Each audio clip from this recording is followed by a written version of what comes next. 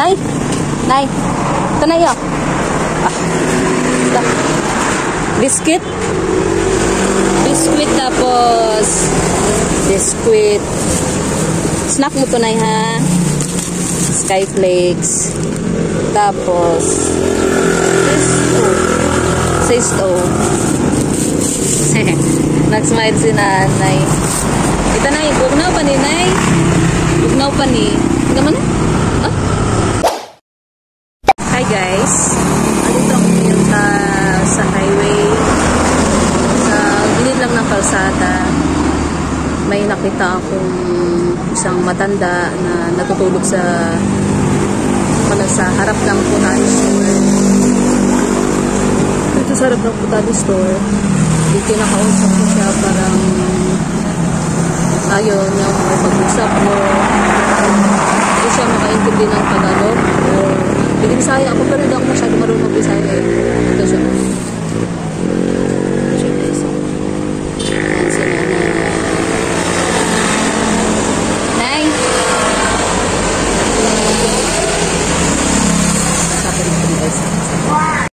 Ano pangalan mo?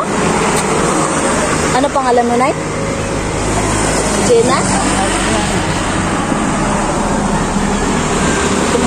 Ito masyado ba yung kailangan, guys?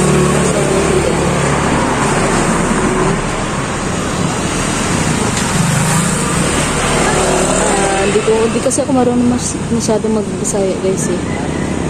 Nakakaon ka na, Nay? Ha? Mabuti siguro guys, ano natin yung camera sa kanya, iharap natin. Pwede kong malingkod, Nay. Lingkod ako dire. Maglingkod ako sa tabi mo. Okay. Kasabot ka og Tagalog mo. Nakakaon ka na, Nay?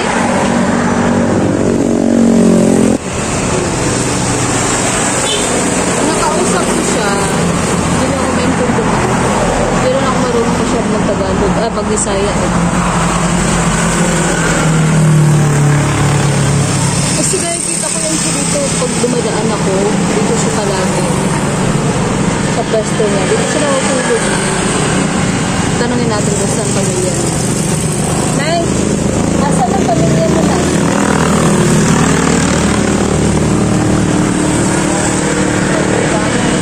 Ha? Nagtanom? Asa nagtanom? Taga Derera ka? Taga Bakong ra ka? Taga Bakong ra ka? Mahirap kasi daw mo rin sa iyo. Bakit dito ka natutulog? Ha?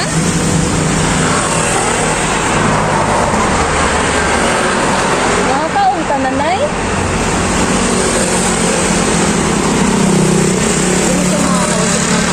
Guys.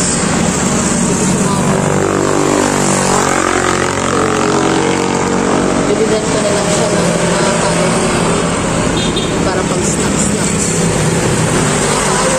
Mga ganito na. Siguro mga nasa ano na si nanay, mga nasa 70 years old. 70, gano'n. 70 years old. Kawawa naman. Hindi natin alam kung saan yung pamilya nito. Tapos pinapabayaan na lang. Kaya kung saan na lang natutulog palagi. Ulan init. Dito lang yan siya, guys. So, ayan ang sitwasyon ni nanay dito, guys. Sa harap ng Putani store. Dito lang yan siya. Yung mga gamit niya. Dito lang yan siya natutulog. May payo siya. Siguro aso niya yan, guys, oh. Kasi talaga na yan sa tabi niya eh. Nay! Asa man pamilya mo, Nay? Wa na kay pamilya, Nay?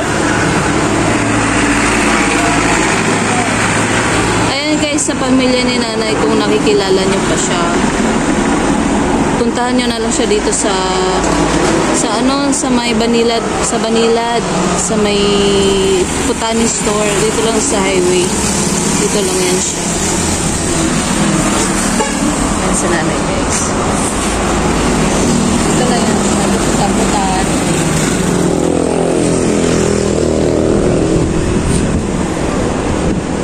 yan. Hindi makita kasi sa toy store. Basta dito lang guys. Sa gilid ng road. Ayan lang siya. Kawawa siya. Sa mga pamilya ni nanay. Pick up niya na lang si nanay dito. Kung may pamilya pa. Wawa naman si nanay. Sa may mga gusto tumulong, puntahan niya na lang si nanay dito guys. Tunay, balikan kita nay ha. Bili lang ako ng pagkain nay ha. Snacks para snacks mo nay ha. Ha? Dito ka lang ha. Then guys, maghanap muna tayo ng pwede snacks nila nay mamaya. Para may pangkain siya mamaya. Balikan ko na lang siya. So, kaya alam guys ha. Hindi mo lang ano pagkain ni nanay. So guys, andito na ako sa pwesto ni nanay. Binalikan ko na siya. Bigyan na natin yung binili ko. Ito lang binili ko kasi walang-wala din kasi ako eh. Pang snack na lang ko. Bigyan natin kay nanay guys. Nay! Nay! Ito na iyo. Biscuit. Biscuit tapos biscuit. Snack mo to nay ha. Skyflakes. Tapos Sisto. Nag-smile si nanay. Ito na yung bugnaw pa ni nay. Bugnaw pa ni. Naman na? Ah? Nay, ha? Sisto man eh. Oo. Juice man na. Juice man na. Tapos, ito partner. Itong partner ng sisto mo. Skyflakes para busog ka. Ha? Kainin mo yan ha? Kainin mo yan ay ha? Tapos ito juice. So yun guys, yun lang nabigay ko guys. Kasi walang-wala din ako guys eh. Basta pag mayroon ako, dadaanan ko dito sa nanay palagi. Bigyan ko siya ng snacks. So, Nay, may sasabihin ka sa mga tao, Nay? Baka may gustong tumulong sa'yo dito? Baka maraming tao na magbibigay sa'yo ng pagkain na taga-bakong. So, ayun nga guys, hindi sila na masyado nakipag-usap. So, ayun lang guys. Sa mga taong gustong tumulong kay nanay, magbigay ng mga pagkain or damit. Dito lang yan sa Botani Store, sa highway, sa Banilad. So, ayun guys. Binidyohan ko sa nanay pala para makatulong. Hindi para ipakita na nagbibigay ako. Gusto kong tulungan din si nanay. Tulungan niya si nanay. Mabigyan ng pagkain, mabigyan ng damit. Kasi kawawa naman. Ayan guys, nagiinom na si nanay. Nakalimutan ko ng straw. Okay lang, Nay? Ayan guys, kumakain si nanay.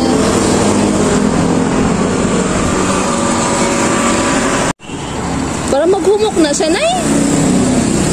Ayun guys, yung walang si Diyos nilagay niya sa Skyflakes para maghumok daw.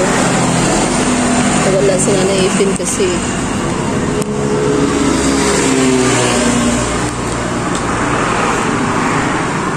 Tubig niya. May tubig siya pala.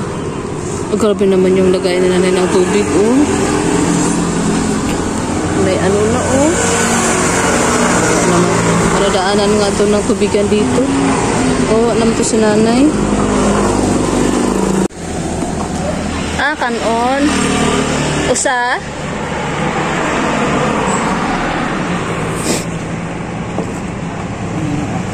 Sudan na siya, Nay. Kanon food. Panos na, Nay. Nay.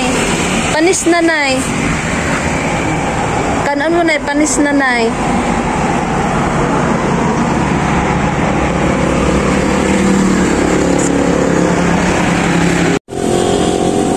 Mukhang emotional na ako, guys.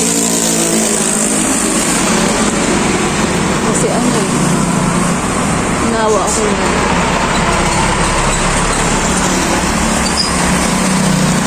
Nawa ako niya. Sobra. Kung may pamilya na siya kakusap. Tinabayaan mo ito. Nalalungkot lang. Nakakalungkot kasi ng pamilya kasi na. Kaya pabayaan mo bilang. O kung may pamilya na siya, dapat kinukog siya. Hindi siya hinahayaan. Ang ganito, tutulog lang sa kalsada. Nakaiyak-alak ka na. Gutom si nanay, gutom talaga si nanay. Tapos may pagkain sa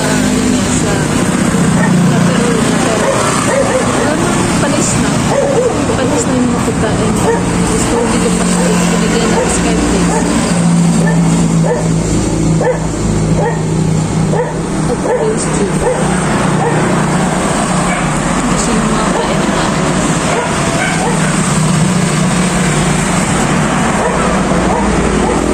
kaya sa mga taga-bakong, please, kung may mga pagkain kayo, kung makikita nyo si namin, bigyan nyo siya ng pagkain kasi wala siyang pagkain. Bawa naman si nanay.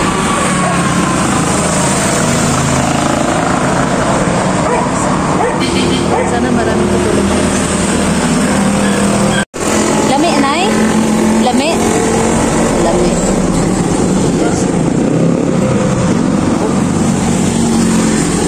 Niyaya niya pa ako guys kumain guys. Okay si nanay. Nabayaan lang siya ng pamilya niya. Siguro sa sobrang gutom na rin. Hindi mo na rin siya makakasa ng maayos. Kasi nalipasan siya ng gutom.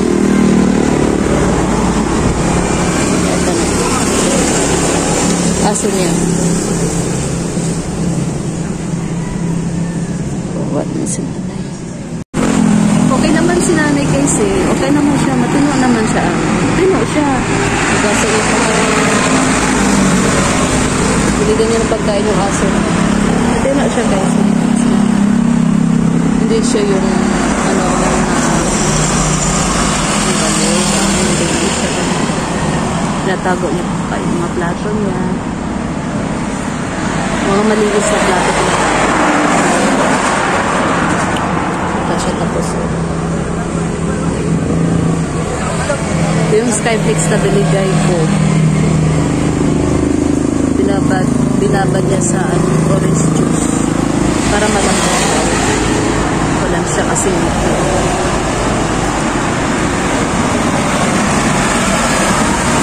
sa mga gusto tumulong puntahan nyo na nasa nanay dito okay, thank you guys, bye.